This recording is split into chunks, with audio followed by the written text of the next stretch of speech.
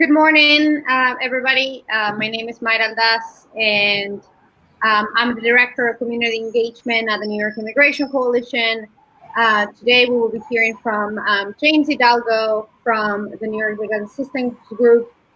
We will be discussing what rights are as a tenant, what the moratorium means, and what you can do about harassment and illegal lockdowns.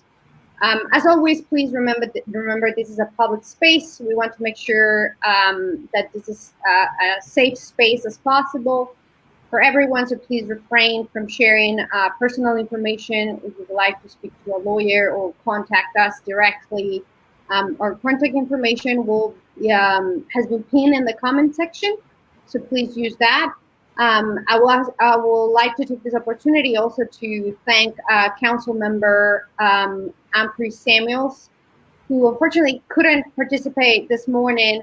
She represents District 41 in Brooklyn, but she is sponsoring this Key to the City event this morning.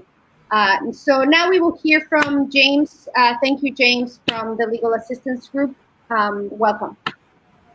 Thank you, Mayra. Hi, all. Once again, my name is James Hidalgo, and I'm a tenants' rights attorney with the New York Legal Assistance Group.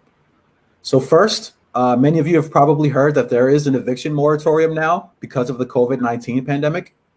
And you may have also heard that housing court is closed, but it may be opening soon. So we're going to talk about what that does and does not mean.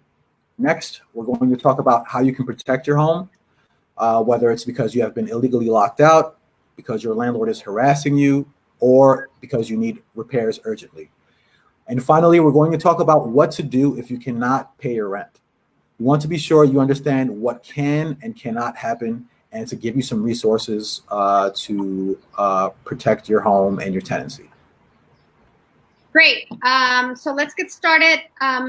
So I have heard that there is an eviction moratorium in New York. What does that mean? Sure.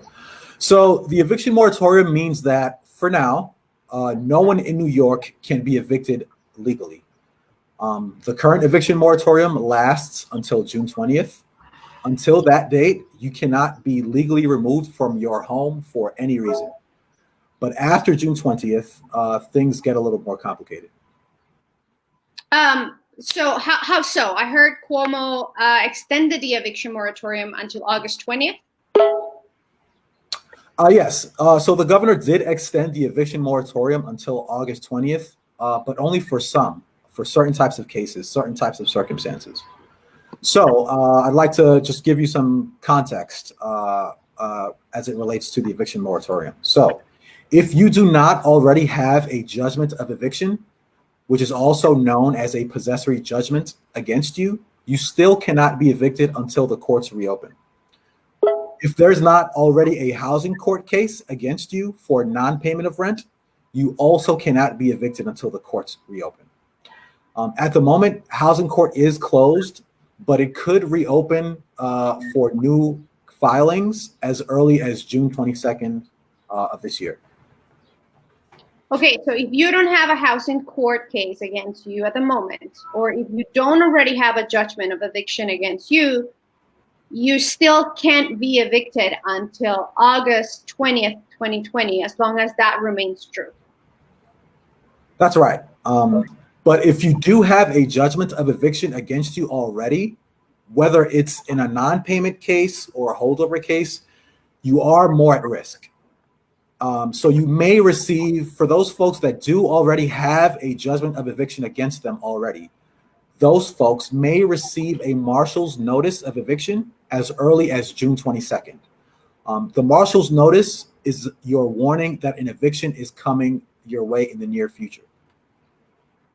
Is there anything people can do to prevent that eviction from happening at that point?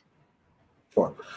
Yes. So receiving a marshal's notice of eviction does not necessarily mean that you will be evicted. If you receive a marshal's notice of eviction, however, you need to act quickly. As soon as you can, you should file what is known as an order to show cause with the court to request that the eviction not happen.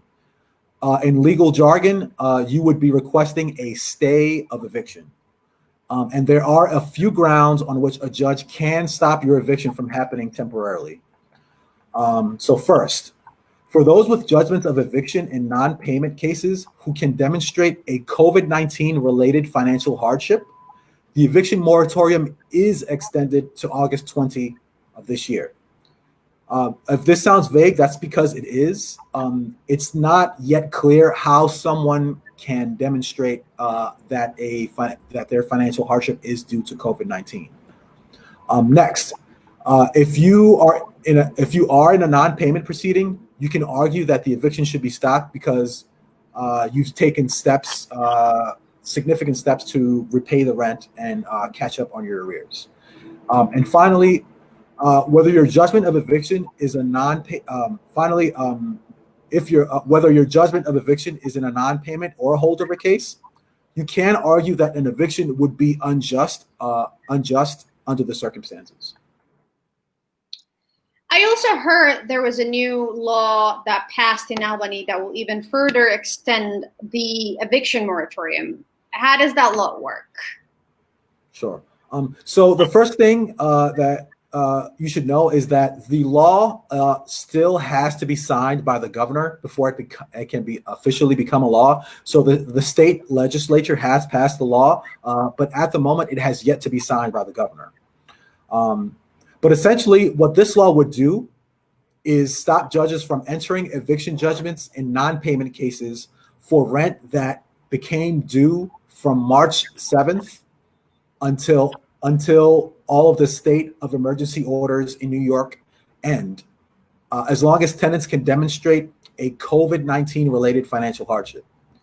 So basically, no one could be evicted in a non-payment case for rent due after March 7th, 2020, as long as they can show that the reason they couldn't pay rent is because of something having to do with a financial hardship caused by COVID-19. Importantly, this law doesn't protect against evictions in what are known as holdover cases for cases that predate March 7th, 2020, or for tenants who can't show that their inability to pay rent was caused by the COVID-19 crisis. Thank you, James. You also mentioned that housing court is closed for the moment. What does that mean? Sure. So changes could be coming as soon as June 22nd, but for now, it means that landlords can't file new eviction cases. So all ongoing eviction cases involving unrepresented litigants are also on hold for the time being, and most ongoing cases involving attorneys are also in the same posture for the moment. So if you already have an attorney representing you in your housing court case, I would encourage you to reach out to them to get more detail about what's going on with your case, when the next court date might be, etc. If you do not have an attorney and you have an ongoing court case, you will receive a postcard in the mail from the court with your next scheduled court date. But it's hard to say when that might happen. And remember, you can only be evicted from your home if your landlord starts a case in housing court, obtains a judgment of eviction against you, and you are then served with a marshal's notice, and then the marshal comes to your home to actually evict you. So what can we do if we have an emergency housing issue at the moment? Sure. So although even though housing court is closed for new eviction cases and for most other matters, it still remains open to tenants in certain emergency situations. And it is still open to tenants if you, for example, have been illegally locked out of your apartment, have emergency repairs that your landlord is ignoring, or you are being harassed by your landlord in a particularly aggressive way. So how do I know if I'm being illegally locked out versus evicted from my home? It's a good question. So if you've been evicted after March 16th, 2020, it's very likely that your eviction was illegal. And so you can start an illegal lockout case in that situation. You can start an illegal lockout case in housing court in the borough you lived in to get back into your home. In other words, to be restored to possession. Mhm. If you believe you have been illegally locked out, you can call us. We will provide that phone contact information at the end of this presentation. Or you can go to the housing court in the borough in which you lived to file an illegal lockout proceeding on your own. So you also mentioned that the court is open for emergency repairs, correct? Can you talk a little bit about that? Yes, sure. If you have an emergency in your home, you can also take your landlord to housing court to get those repairs taken care of quickly.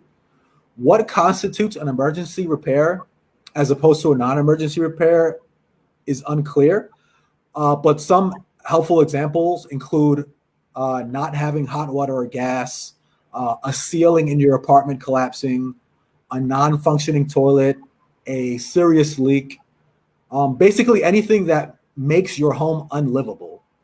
These repairs cases are called HP actions. So to file an HP action, you can go to the housing court in the borough in which you live, or you can call the housing court virtual help center. So for Brooklyn, Queens, or Staten Island, the help center number is 718-262-7185. And for the Bronx and Manhattan, you can call 646-386-5555. You can also call the Housing Court Answers hotline, which has assistance available in Spanish, at 212-962-4795. Thank you, James. That's very helpful. What if my landlord is harassing me then? What can I do? Great question. So if your landlord is harassing you, you might also be able to file an emergency harassment HP action if you feel your landlord is severely harassing you. And the process for that, for filing that type of action, is similar to the process for following for the an emergency repairs case.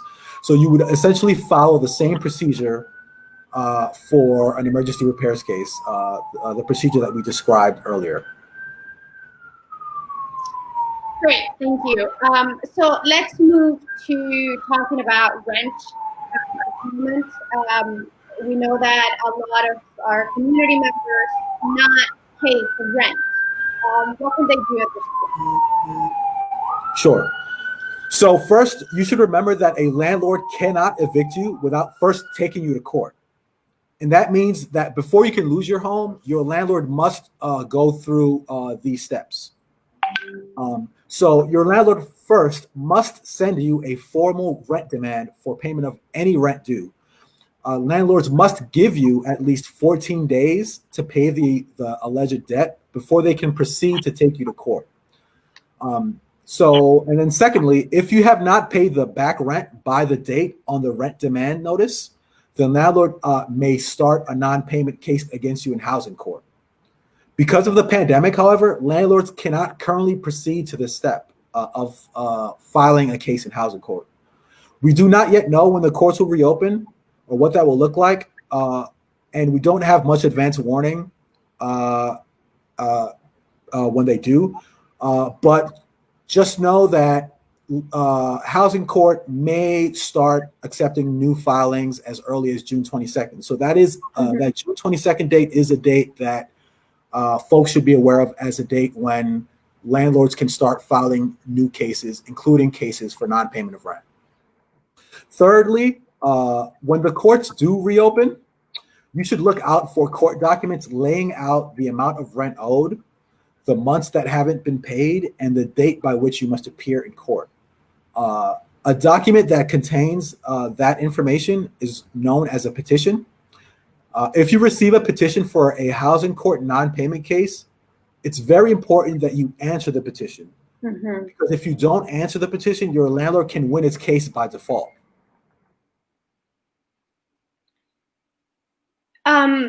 Do people have to go through this whole process alone? No, not necessarily. So you may have a right to a free attorney to represent you in your housing court case. And you can learn more about that at the website righttocounselnyc.org. Even if you don't get a free attorney that will provide you full representation, you will receive advice and counsel as to how you can best represent yourself in your case. And what can people do if they can't pay the rent areas? Sure. So if you don't have the money to pay back your rent, there are organizations available to assist you. Generally, we direct our clients to their HRA job centers first to start a arrears assistance application, and is more commonly known as a one-shot deal. But the one-shot deal isn't the only is only the first step. There are other charitable organizations and government subsidies that can assist with that as well. We have a guide with a more detailed explanation of these different programs to help you decide which one makes the most sense for you. Remember, usually none of these programs will open an arrears assistance application for you until you have an active case in housing court.